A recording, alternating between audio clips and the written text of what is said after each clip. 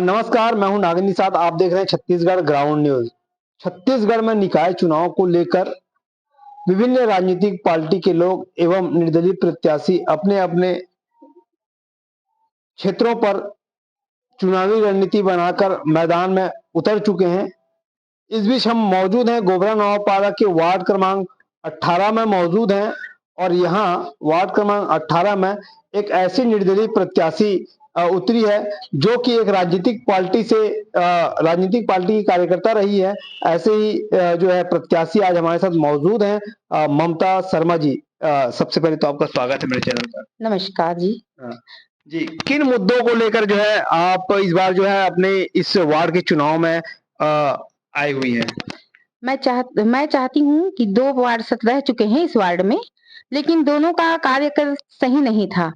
कई ने तो ना ही अपना चौक का काम करवाया है, न तालाब का सौंदर्यीकरण कराया है।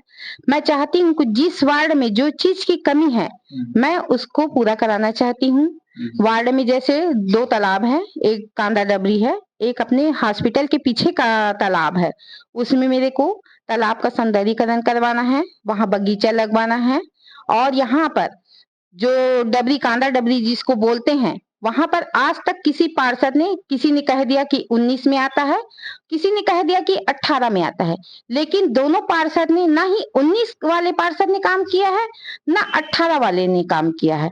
तो मैं चाहती हूँ कि इस तालाब के बीच में एक मंदिर का निर्माण हो, वहां बगीचा बने, बच्चों का खेलने का स्थान बने। उस तालाब का मैं सौंदर्यीकरण करवाना चाहती हूँ।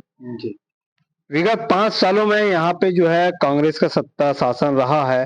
क्या कुछ यहाँ विकास कार्य आपके वार्ड में या नगर में क्या कुछ देखने को आपको मिला है?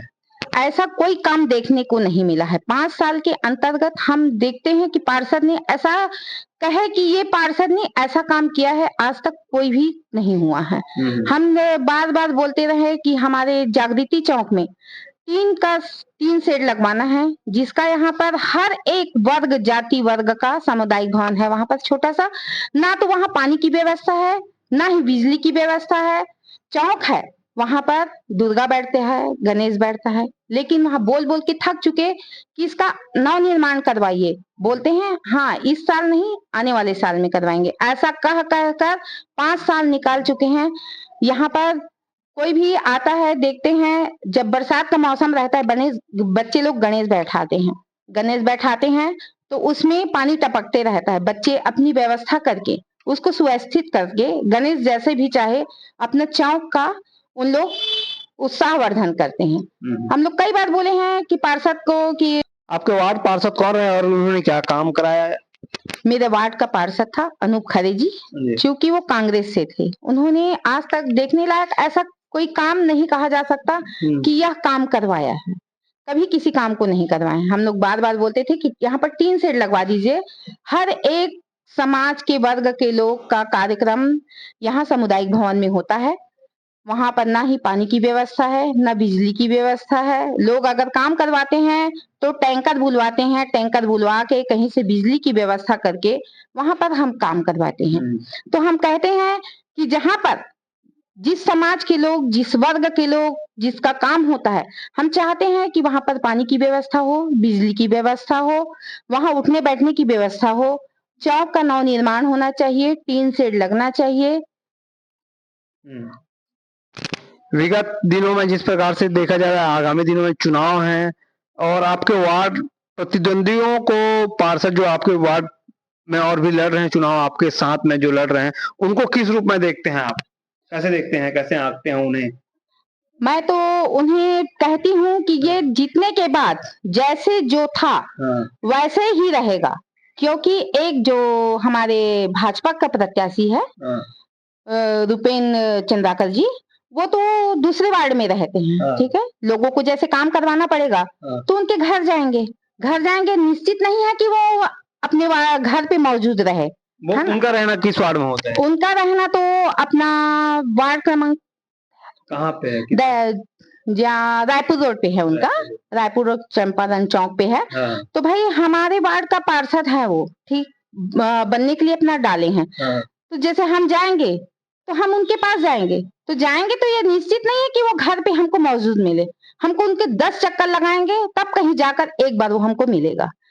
तो अब जैसे अच्छा, वो आपके वार्ड में रहते हैं उनका? नहीं, वो हमारे वार्ड में है ही नहीं है। उनका निवास है रायपुर चंपारण चौक पे है, रायपुर और चंपारण चौक पे, लेकिन वो यहाँ नहीं रहते। क्योंकि हमारे वार्ड से वो चुनाव लड़ रहे हैं, तो हम चाहते हैं कि भाई हमारे वार्ड का ही प्राथमिकता दिया जाए।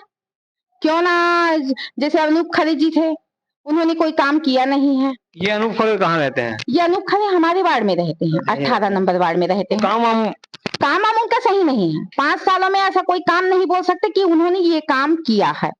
हम वहां पर कोई भी ऐसे वार्ड घूम के देखिए वार्ड में ना, तो उनका कोई काम नहीं हुआ है। अच्छा, आप जो है भारतीय जनता पार्टी की एक कार्यकर्ता रही हैं, क्या लगता है कि भारतीय जनता पार्टी के द्वारा आपको जो है, आपने क्या मांग की थी?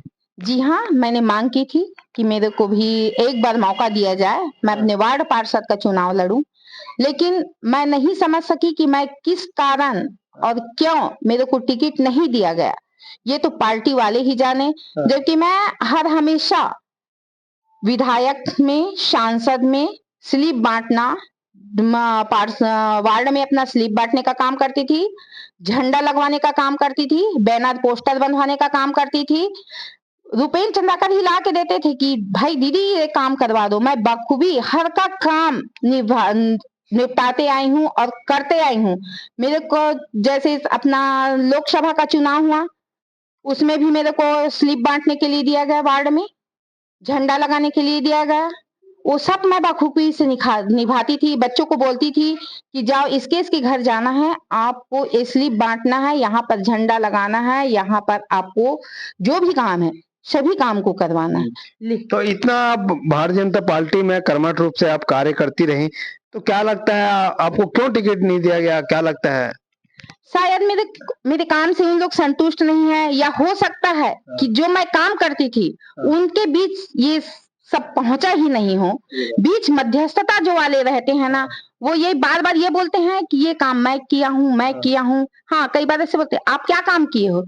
मैं बोलती थी भाई जो काम मेरे को मिलता है पार्टी का, उसको मैं बखूबी तरीके से निभाती हूँ, करती हूँ और करते आई हूँ और कर रही थी।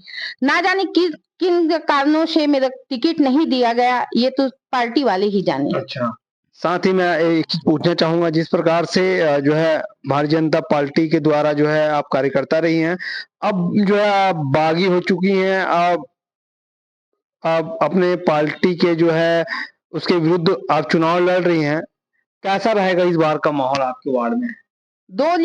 देख लिए दो की बारी, अब की बारी आरी की बारी। हम करके दिखाएंगे। आरी की बारी क्या है? हम मैं 4 पुरुषों के बीच एक अकेली महिला आरी लेके खड़ी हूँ। अब इसमें मेरे को बचाना है कि किसकी बारी है, ये मैं सबको दिखाऊंगी।